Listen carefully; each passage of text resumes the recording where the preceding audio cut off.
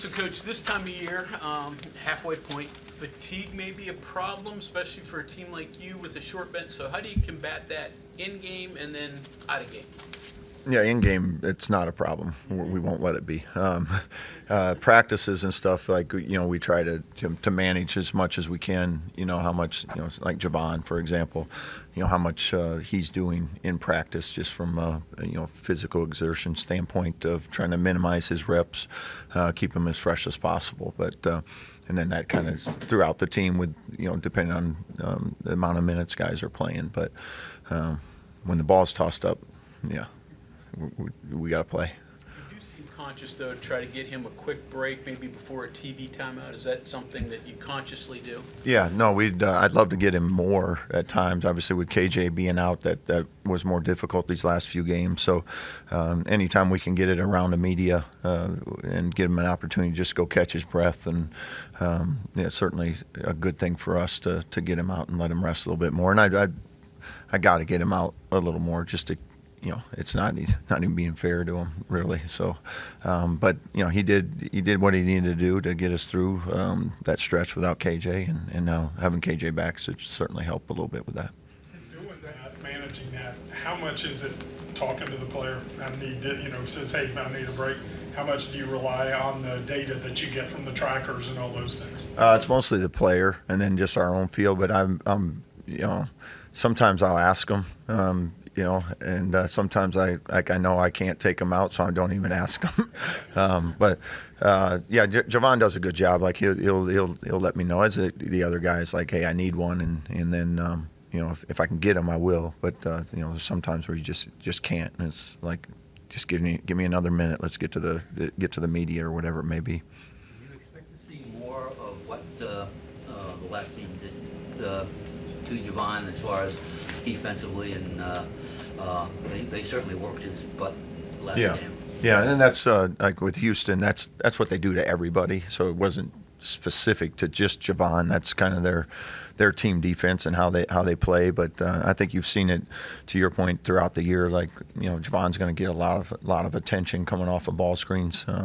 Iowa State's very good defensively, and they're certainly going to challenge everything from him on ball screens and things too. So Javon's going to see two guys to the ball a lot anytime he's in a ball screen. Do you think he handled it well? And I say that, he had 3 shots in the second half, but he did wind up with 8 assists and 13 points, which you take. Yeah, and I thought offensively, Javon got off to a great start in that game. I thought in the second half they tried to take him away, and it was one of our more productive halves in the second half from an offensive standpoint, and I thought a lot of that was because Javon made the right play. 2 guys came to the ball. He was able to get it out. We got Amani, step in threes. He was able to make other plays to, other guys as well that maybe weren't even regular assists. We call them hockey assists, where there was that extra pass. So Javon's about winning, and that's the thing I love about Javon. Like the first half, he had some opportunities to score, and he took it. Second half, he didn't get as many opportunities. From a coaching standpoint, we would like to find more ways to get him shots, even when teams are trying to take him away. But our offensive production in the second half was actually pretty good, even though he wasn't a major part of the scoring piece of it. You study this team you're playing tomorrow. Do you think they have what it takes to make a long run in the tournament? Yeah, I do. I think there's several teams in our league that do, but they're certainly one of them. I think they're really good. I think they're championship level good. They're a team that, like everything, you got to play well in the tournament and things, but they're a team that when they get in the tournament have a chance to win it all. You study their stats. There are a lot to jump out at you. The shooting percentage, 17 assists. That's a high number. Yeah. And they've been known for defense. They've kind of added the offense to that. Yeah, I was hoping maybe you all could come up with a weakness for me today. Yeah. I'm looking at. Yeah. No, they're good. They're I think they were really good last year, obviously too. But I think that the component that they've improved the most on is the offensive side. Like their bigs can really pass. They play well off of one another, and I think it's really complemented their guards from a year ago. So they were great defensively last year. They're great defensively again this year. Now they can really score on top of it, which makes them even more of a challenge to try to beat. And one more on that. What has to go right for you tomorrow, you think? Yeah, I think the biggest thing for us is, even in the Houston game, I think that game comes down to the wire if we take care of the ball just a little bit better. We gave too many live ball turnovers that led to transition points, and if you give Iowa State transition baskets where they're out in the open floor and you don't have a set defense, they're going to make you pay, and just like Houston did the other night. So that's a big thing for us, is taking care of the basketball, making sure we get shots on goal every time. Around basketball, what did Jerry West mean to you? How much did you know about him maybe before you came here? What did you learn about him when you got here?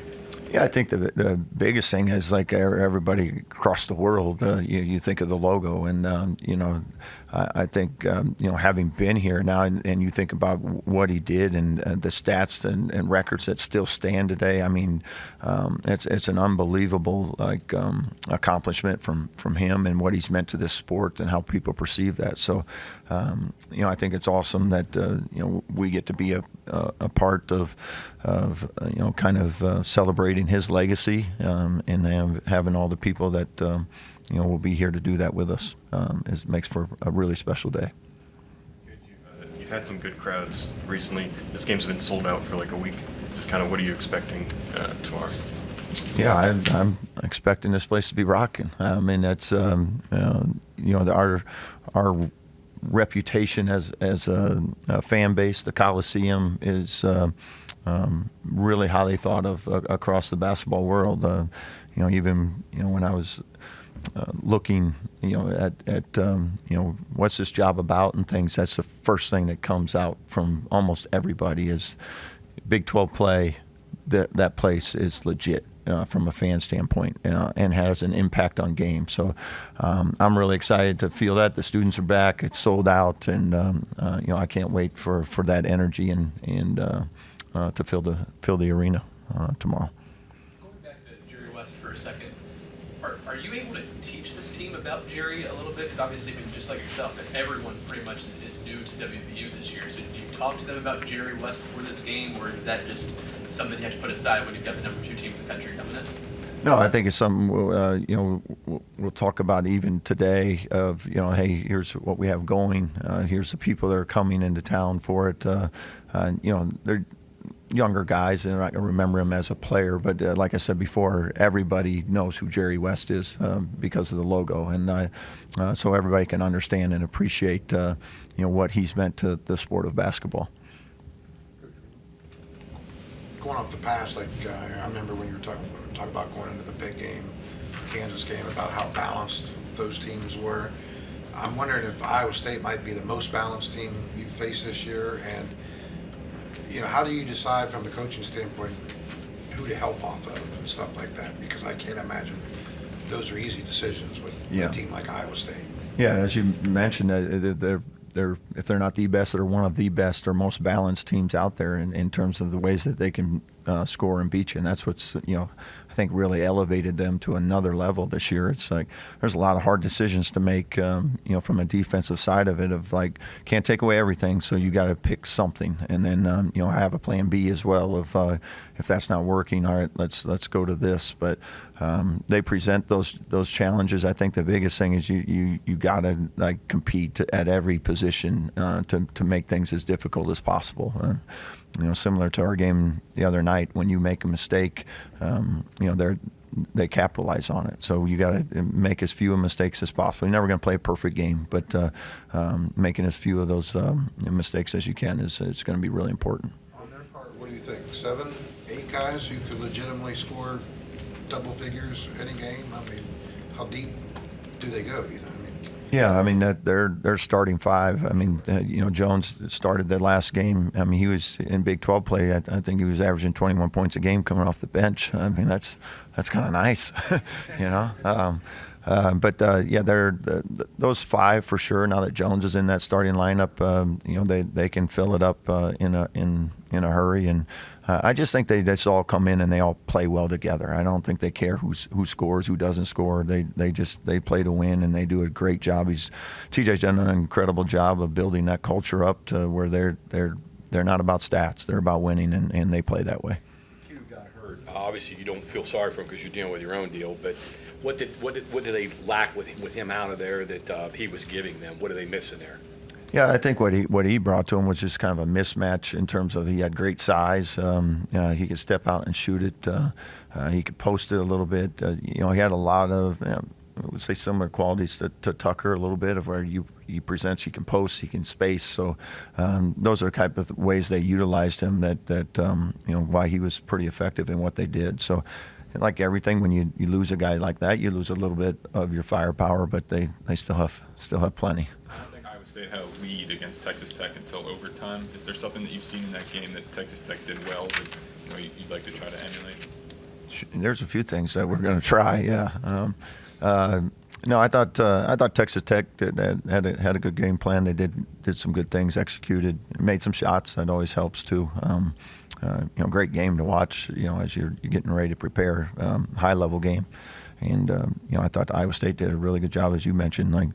And they stayed in it the whole way, and in a game where it didn't look great there for a little while. But I think that's that championship culture. They keep competing and found a way to win.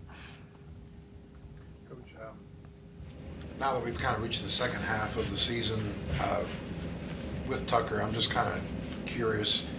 Does there become a point in your mind where there's like a no return kind of thing in terms of, do we play him or do we redshirt him for next year? Is there like a target they do? Is there a point where it just doesn't make sense to? I'm sure there might become a point, but it's not there yet. Yep. In terms of him, though, this is, from my understanding, his first big stretch he's missed in his career. Do you have to talk to him to keep him from getting bummed out, depressed, or coach his kid, suck it up, and just deal with it? How do you handle him? I mean, for him, even though he didn't miss time, he's been dealing with injuries for a couple of years now. So I think he knows how to manage it. He knows, he understands that this is part of the game a little bit. But he stayed engaged and doing what he needs to do to get back on the floor, but also, with our team and doing what he can, from the sideline to try and continue to help us. His ankle. Oh, good. It's good. Yep. See, I gave you an injury report. Yeah, thank you. I appreciate that. We'll mark that down. Day and time.